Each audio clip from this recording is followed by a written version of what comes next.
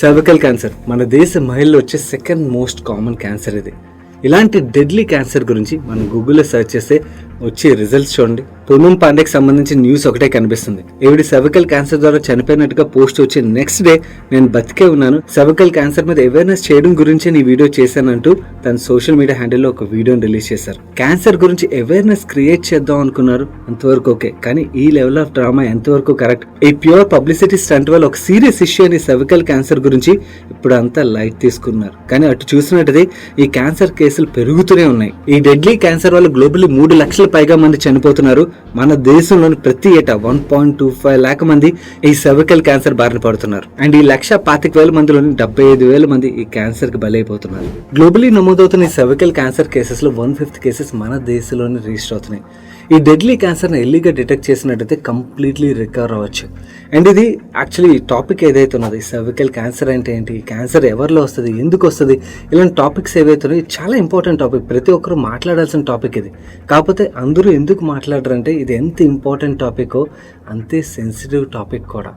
In fact మన team దీని రిలేటెడ్గా అవేర్నెస్ స్ప్రెడ్ చేద్దాం అని చెప్పి ఐడియాతో నా ముందుకు వచ్చినప్పుడు నేను కూడా కొంతసేపు ఆలోచించాను. ఎందుకంటే యాజ్ ఎ మేల్ నేను ఈ టాపిక్ గురించి మాట్లాడినప్పుడు ఎంతమంది దీన్ని అర్థం చేసుకుంటారని. కాకపోతే మన లైఫ్లో చూసినట్టయితే ఉమెన్ చాలా కీ రోల్ ప్లే చేస్తారు కదా, as a mother, as a wife, as a sister, as a friend. మన లైఫ్లో గ్రో అవ్వడం ప్రతి చోట వాళ్ళ తోడ్పాటు అయితే ఉంటుంది. అలాంటి ఉమెన్ని ప్రొటెక్ట్ చేసుకోవడం చాలా ఇంపార్టెంట్. అండ్ ఇలాంటి ఇంపార్టెంట్ టాపిక్ ఏదైతే ఉందో దీన్ని మేల్ అయితే ఏంది, ఫీమేల్ అయితే ఉంది, ఎవరైనా కూడా అవేర్నెస్ స్ప్రెడ్ చేయడం ఇంపార్టెంట్ కదా అనిపించి ఈ వీడియోని అయితే మీ ముందుకు తీసుకొస్తున్నాం. వీడియో చూసినప్పుడు నా కాంటాక్ట్లో ఉన్న ఉమెన్ ఎవరైతే ఉన్నారో వాళ్ళకి అవేర్నెస్ రిలేటెడ్గా ఈ వీడియో హెల్ప్ఫుల్ అవుతుంది అనిపించినట్టయితే వీడియోని తప్పకుండా చూడడం మాత్రమే కాకుండా వాళ్ళకి షేర్ చేయడం కూడా మర్చిపోకండి. నేను Sai Krishna Patri. Let's fight against this cervical cancer.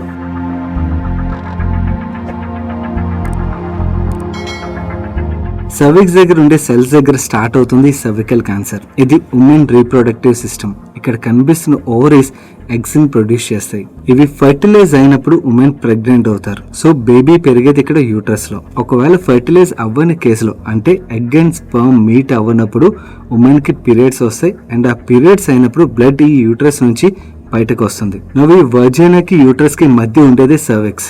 ఈ సర్విక్స్ దగ్గర క్యాన్సర్ సెల్ ఫామ్ అయినప్పుడు దాన్ని సర్వికల్ క్యాన్సర్ కింద గుర్తిస్తారు. ఒకవేళ ఈ సర్వికల్ క్యాన్సర్ ని ఎర్లీ స్టేజ్ లో డిటెక్ట్ చేసినట్టయితే సర్వైవల్ ఛాన్సెస్ అనేది చాలా ఎక్కువగా ఉంటుంది.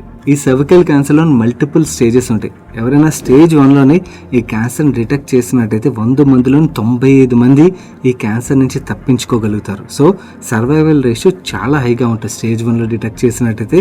అదే స్టేజ్ 2లో డిటెక్ట్ చేసినట్టయితే ఈ సర్వైవల్ ఛాన్సెస్ 70% పడిపోతాయి. అదే స్టేజ్ 3 వరకు మనం డిటెక్ట్ చేయలేని పక్షంలో సర్వైవల్ ఛాన్సెస్ ఎంత పడిపోతాయి అనుకున్నారు? 40% పడిపోతాయి. అదే స్టేజ్ 4 వరకు కనిపెట్టలేకపోయి స్టేజ్ 4 టైంలోని డిటెక్ట్ చేసినట్టయితే ఈ సర్వైవల్ ఛాన్స్ అనేది మరీ దారుణంగా 15% పడిపోద్ది. అంటే 100 మంది స్టేజ్ 4లో డిటెక్ట్ అయిన వాళ్ళు ఉన్నట్టయితే అందులోని ఈ క్యాన్సర్ బారి నుంచి బయటపడేది 15 మంది మాత్రమే. ఇలా ఈ సర్వికల్ క్యాన్సర్ స్టేజెస్ ప్రోగ్రెస్ అయ్యే కొద్దీ సర్జరీ చేయించుకోలేని పరిస్థితులు కూడా ఏర్పడతాయి. అండ్ ఈ క్యాన్సర్ యొక్క డెడ్లీనెస్ ప్రోగ్రెస్ పెరిగిపోతూ వస్తుంది. సో ఈ పాటికి ఈ క్యాన్సర్ ఎంత డేంజరస్ అన్నది మీకు అర్థమైపోయి ఉంటుంది కదా. ఈ సర్వికల్ క్యాన్సర్ 25 సంవత్సరాల వారి నుంచి 65 సంవత్సరాల లోపల ఉన్న వారిలోనే ఎక్కువగా డిటెక్ట్ అవుతూ ఉంటుంది. ఈ క్యాన్సర్ ఎక్కువగా వచ్చేది హెచ్పివి అన్న వైరస్ వల్ల. ఈ హెచ్పివి అంటే హ్యూమన్ పాపిలోమా వైరస్. ఇదొక ఎస్టిఐ అంటే సెక్షువల్లీ ట్రాన్స్మిటెడ్ ఇన్ఫెక్షన్. దీనివల్ల skin, genital areas and throat లో ఇన్ఫెక్షన్స్ వస్తాయి. ఈ ఇన్ఫెక్షన్ వచ్చిందని తెలుసుకోవడం చాలా కష్టం. చాలా మందికి ఇన్ఫెక్షన్ వస్తుంది కానీ ఇమ్యూన్ సిస్టమ్ స్ట్రాంగ్ గా ఉండడం వల్ల అది దానికదే పోతుంది. కానీ ఇమ్యూన్ సిస్టమ్ వీక్ గా ఉన్నప్పుడు మాత్రం ఈ ఇన్ఫెక్షన్ మళ్ళీ వస్తుంది. ఇలా వచ్చిన ఇన్ఫెక్షన్ సర్విక్స్ దగ్గర క్యాన్సర్ సెల్స్ గా డెవలప్ అవడం స్టార్ట్ అవుతాయి. ఒక్కసారి క్యాన్సర్ సెల్స్ స్టార్ట్ అయితే అవి ఎంత ర్యాపిడ్ గా గ్రో అవుతాయి మనందరికి తెలిసిందే కదా. మన ఇమ్యూనిటీ వీక్ అవుతూ వస్తుంది అండ్ ఈ క్యాన్సర్ సెల్స్ స్ట్రాంగ్ అవుతూ వస్తుంటాయి. అండ్ దీన్ని ఎర్లీ స్టేజ్ లో డిటెక్ట్ చేయకపోతే ప్రాణాలు తీసే స్టేజ్ వరకు కూడా వెళ్ళిపోతుంది. నవ్వు ఈ సర్వికల్ క్యాన్సర్ ఎలా వస్తుందన్న అవేర్నెస్ అయితే మీకు వచ్చింది కదా. నవ్వు దీని నుంచి మనం ఎలా ప్రివెంట్ చేసుకోవచ్చు అన్న విషయాన్ని మాట్లాడుకుందాం. సొల్యూషన్స్ విషయంకి వచ్చేసరికి ఈ సర్వికల్ క్యాన్సర్ నుంచి మన ఇంట్లో ఉన్న ఉమెన్ ప్రొటెక్ట్ చేసుకోవడానికి there is a vaccine called HPV vaccine. ఈ హెచ్పివి వ్యాక్సిన్ ఉమెన్ మాత్రమే కాదు మెన్ కూడా తీసుకోవచ్చు అంట.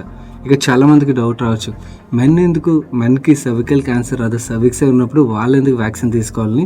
దాని గురించి తర్వాత మాట్లాడుకుందాం. ముందుగా ఫస్ట్ ఈ వ్యాక్సిన్ గురించి మాట్లాడుకోవాలంటే 90% ఈ హెచ్పివి వ్యాక్సిన్ తీసుకున్నట్టయితే ఈ సర్వికల్ క్యాన్సర్ నుంచి ప్రివెంట్ చేసుకోవచ్చు అని అయితే రిపోర్ట్స్ చెప్తున్నాయి. నా ఇది ప్రతి ఒక్కరూ తీసుకోవచ్చా అంటే ఈ విషయాన్ని ఖచ్చితంగా మీరు ఇండివిజువల్లీ మీ డాక్టర్ ఎవరైతే ఉన్నారో వాళ్ళని కన్సల్ట్ అయిన తర్వాత మాత్రమే డెసిషన్ తీసుకోండి. నేనే కాదు, ఈ వీడియో తర్వాత మీరు గూగుల్ సెర్చ్ చేసినప్పుడు ఈ హెచ్పివి వ్యాక్సిన్ గురించి చాలా మంది చాలా విధాలుగా మాట్లాడుతుంటారు. కొంతమంది ఈ ఏజ్ గర్ల్స్ కి ఈ వ్యాక్సిన్ అక్కర్లేదు అంటారు, మరికొంతమంది ఇంకో విధంగా చెప్పొచ్చు. కానీ I strictly recommend you to consult your doctor. వాళ్ళే మీకు క్లియర్గా ఈ వ్యాక్సిన్ తీసుకోవచ్చా లేదా ఎప్పుడు తీసుకోవచ్చు అన్న విషయాల మీద క్లియర్గా ఎక్స్ప్లెయిన్ చేస్తారు.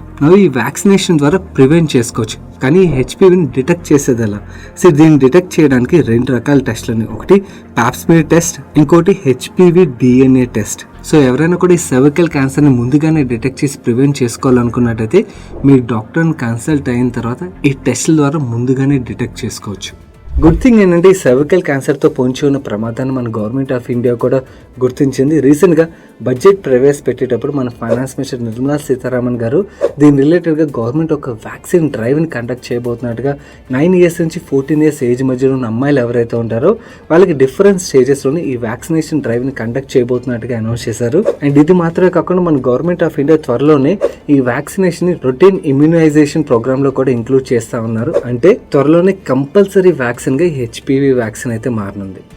ఈ వ్యాక్సిన్ మన దేశంలో ఎవరెవరు ప్రొవైడ్ చేస్తున్నారంటే సీరం ఇన్స్టిట్యూట్ ఉన్నది కదా, వాళ్ళు ఈ హెచ్పివి వ్యాక్సిన్ ని సర్వేవెక్ అన్న బ్రాండ్ తోని సప్లై చేస్తున్నారు. గ్లాక్సో స్మిత్ క్లైన్ వాళ్ళు సర్వెరిక్స్ అన్న బ్రాండ్ తో సెల్ చేస్తున్నట్టయితే మర్క్ వాళ్ళు గార్డిసెల్ అన్న బ్రాండ్ నేమ్ తో ఈ వ్యాక్సిన్ అయితే ప్రొవైడ్ చేస్తున్నారు. అండ్ ఈ వ్యాక్సిన్ ని డోసెస్ రూపంలో తీసుకోవాల్సి ఉంటుంది. అండ్ ఏజ్ ని బట్టి ఈ డోసెస్ అన్న డిఫరెన్షియేట్ అవుతుంటాయి. అండ్ ఈ హెచ్పివి వ్యాక్సిన్ ని మెన్ కూడా తీసుకోవచ్చు అంట. అదేంటి మెన్ కి సర్వికల్ క్యాన్సర్ రాదు కదా, ఎందుకు మెన్ తీసుకోవాలన్న డౌట్ మీకు రావచ్చు. కరెక్టే, మెన్ కి సర్వికల్ క్యాన్సర్ అయితే రాదు. బట్ ఈ హెచ్పివి వైరస్ వల్ల కేవలం సర్వికల్ క్యాన్సర్ మాత్రమే కాదు, ఓరల్ అంటే గొంతు నోరుకు సంబంధించిన క్యాన్సర్స్ అండ్ అలాగే యానల్ క్యాన్సర్స్ కూడా వచ్చే అవకాశం ఉంది. ఇలాంటి క్యాన్సర్ నుంచి కూడా కాపాడుకోవడానికి ఈ వ్యాక్సిన్ తీసుకోవచ్చు అని చాలా మంది డాక్టర్స్ అయితే చెప్తున్నారు. ఈ సర్వికల్ క్యాన్సర్ గురించి దీని నుంచి మన చుట్టుపక్కల ఉన్న ఉమెన్ని ఎలా ప్రొటెక్ట్ చేసుకోవచ్చో మీకు తెలిసింది కదా. వెంటనే మీ డాక్టర్ని కన్సల్ట్ అవ్వండి. డాక్టర్ రికమెండ్ చేసినట్టయితే ఆ వ్యాక్సినేషన్ తీసుకోండి. అండ్ ఎవరైతే ఎఫోర్డ్ చేయలేరో వాళ్ళు, అంటే మీ చుట్టుపక్కల ఎఫోర్డ్ చేయలేని వాళ్ళు కూడా చాలామంది ఉంటారు కదా, మీ హౌస్ మేట్స్ కానీ ఇలాంటి వాళ్ళందరూ ఉంటారు కదా, వాళ్ళకు కూడా అవేర్నెస్ని అయితే స్ప్రెడ్ చేయడానికి ప్రయత్నించండి. ఎందుకంటే మన గవర్నమెంట్ ఆఫ్ ఇండియా త్వరలోనే ఈ వ్యాక్సినేషన్ డ్రైవ్స్ అయితే కండక్ట్ చేయబోతుంది. వాళ్ళకి దీని రిలేటెడ్గా ఒక క్లారిటీ ఉంది, అంటే దీని నుంచి ఉన్న రిస్క్లు ఇవన్నీ కూడా ఒక క్లారిటీ వచ్చింది అనుకోండి. కొంతసేపు వాళ్ళతో టైం స్పెండ్ చేసి అవేర్నెస్ని అయితే మీకు ఈరోజు తెలిసింది కాబట్టి వాళ్ళకి స్ప్రెడ్ చేయడానికి ప్రయత్నించండి. అండ్ అలాగే మీ కాంటాక్ట్స్లో ఉన్న ఉమెన్ ఎవరైతే ఉంటారో వాళ్ళకి ఇన్ఫర్మేషన్ షేర్ చేసినట్టయితే హెల్ప్ఫుల్ అవుతుంది అనిపించినట్టయితే ఈ వీడియోని తప్పకుండా వాళ్ళకైతే షేర్ చేయడం మర్చిపోకండి. అండ్ ఛానల్కి అయితే ఫస్ట్ టైం వచ్చినట్టయితే ఇలాంటి ఇన్ఫర్మేటివ్ కంటెంట్ని ఎవ్రీ ట్యూస్డే ఫ్రైడే ఈవినింగ్ అయితే మన సాయిపత్రి టాక్ ఛానల్లో రిలీజ్ చేస్తుంటూ వాటిని మిస్ అవ్వకుండా ఫాలో అవ్వండి. నేను సాయికృష్ణ పత్రి మరొక మంచి వీడియోతో మీ ముందుకు వస్తాను. Till then bye bye, take care.